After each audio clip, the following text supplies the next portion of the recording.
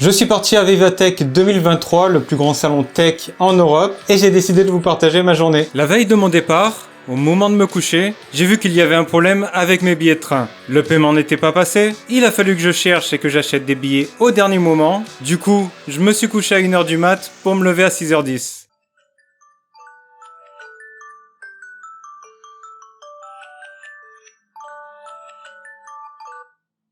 Mon train étant à 7h, à un quart d'heure en voiture de chez moi, je n'ai même pas pris de petit déjeuner, j'ai préparé mes affaires, je me suis habillé et je suis parti en 2SPI. Pour ne pas rater mon train, j'ai bombardé en voiture.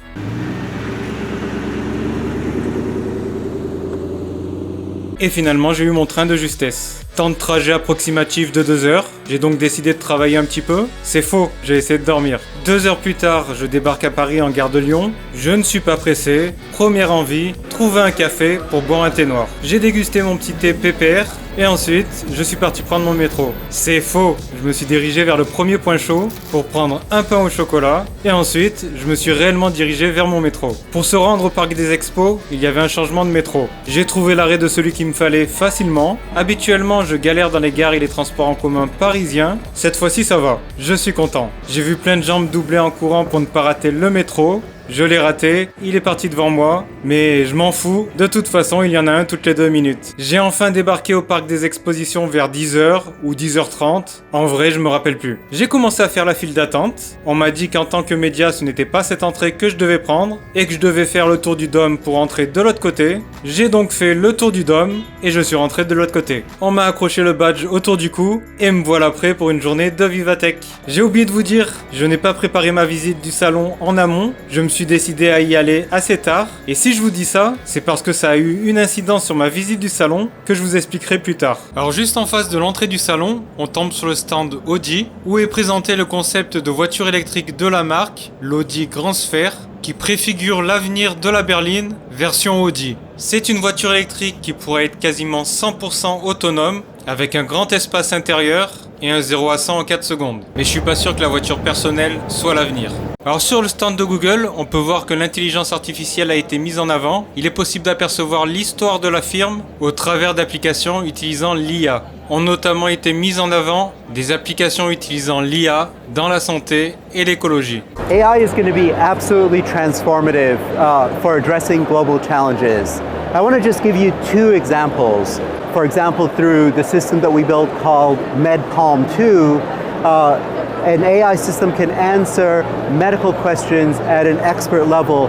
The second area that I think is absolutely transformative is how AI can address climate challenges and clean energy production.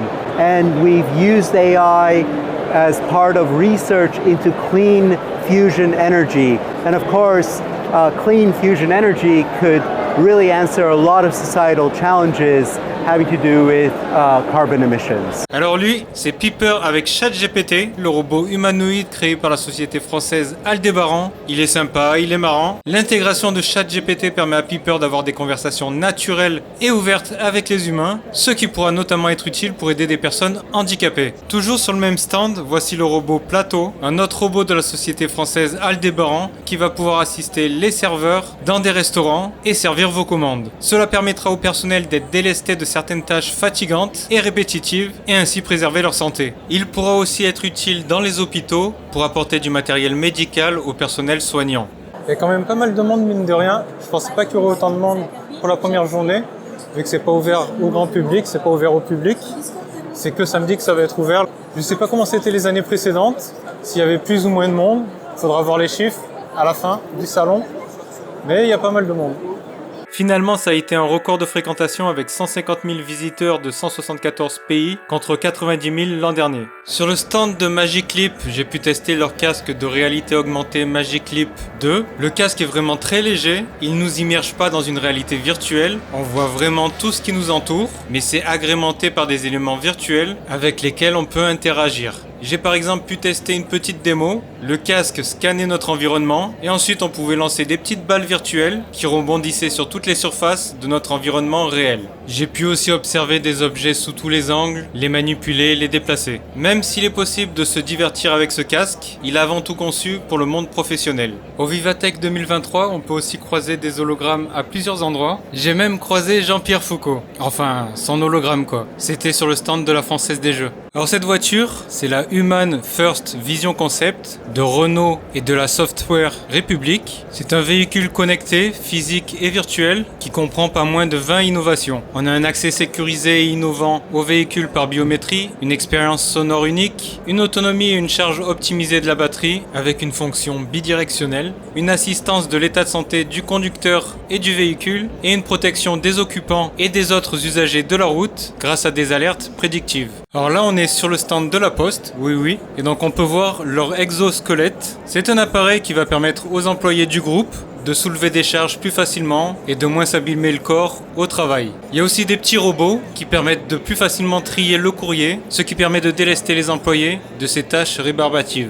Alors ça c'est Petoy Beetle, un chien robot open source qu'il est possible de construire et programmer soi-même, déjà disponible sur Amazon aux alentours de 300 €. Il permet de se familiariser avec la robotique tout en apprenant à coder. Et voilà donc les Mirokai, des robots que je n'ai pas pu voir, qui étaient présents au salon, mais vu que j'avais pas préparé ma visite en amont, je les ai ratés. Et j'ai dû aussi rater d'autres choses. Les Mirokai, les impressionnants robots de la start-up française Enchanted Tools, dotés d'une apparence à la fois humanoïde et animale, ces robots pourront notamment assister les infirmiers dans les hôpitaux pour les soulager de certaines tâches logistiques.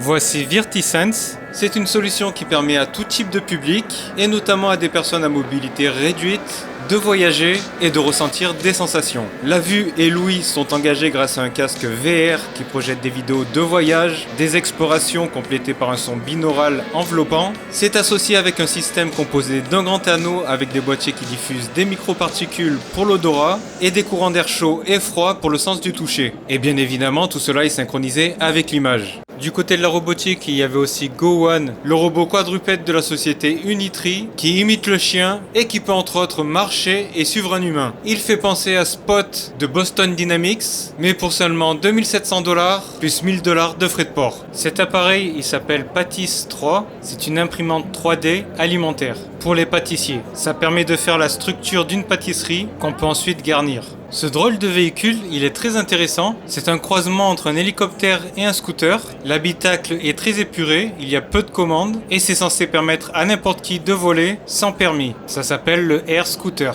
et c'est une nouvelle création de Zapata. Bien évidemment, c'était pas possible de le voir voler dans le salon. Ce que vous voyez à l'écran, c'est un robot maquilleur. Il peut vous mettre du rouge à lèvres ou du mascara entre autres. Et il a été spécialement étudié pour les personnes qui ont une mobilité limitée des mains, des bras et des poignets. Enfin, je vais terminer par Morpho. C'est un stand que je n'ai pas pu voir, mais j'avais vraiment envie d'en parler. Ils présentaient leurs drones et leur technologie permettant de planter des forêts à grande vitesse pour ainsi capter du carbone et lutter contre le dérèglement climatique. L'objectif de Morpho est de restaurer un maximum d'écosystèmes forestiers complets et complexes le plus rapidement possible. La technique Morpho est basée sur la technique du semi-direct, mais en protégeant la graine, en l'encapsulant dans une enveloppe qui va la protéger. Ces capsules, on les met dans un drone de plantation qui va venir disséminer tout ça à grande vitesse et surtout de manière très précise.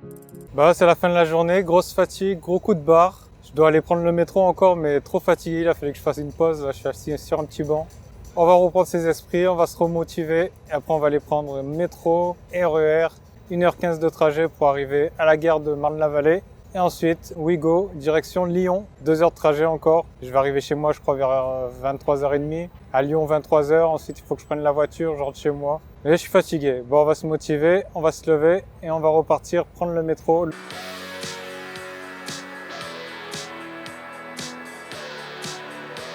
Malheureusement, ça ne s'est pas passé comme prévu. C'est une fin de journée assez chaotique, il faut le dire, sur cette ligne 4 du métro parisien. Il y a eu de multiples incidents. J'ai galéré, j'ai pris un métro dans un sens opposé pour pouvoir choper un RER. Puis j'ai fini par arriver en gare de Marne-la-Vallée, quelques minutes seulement avant le départ de mon train.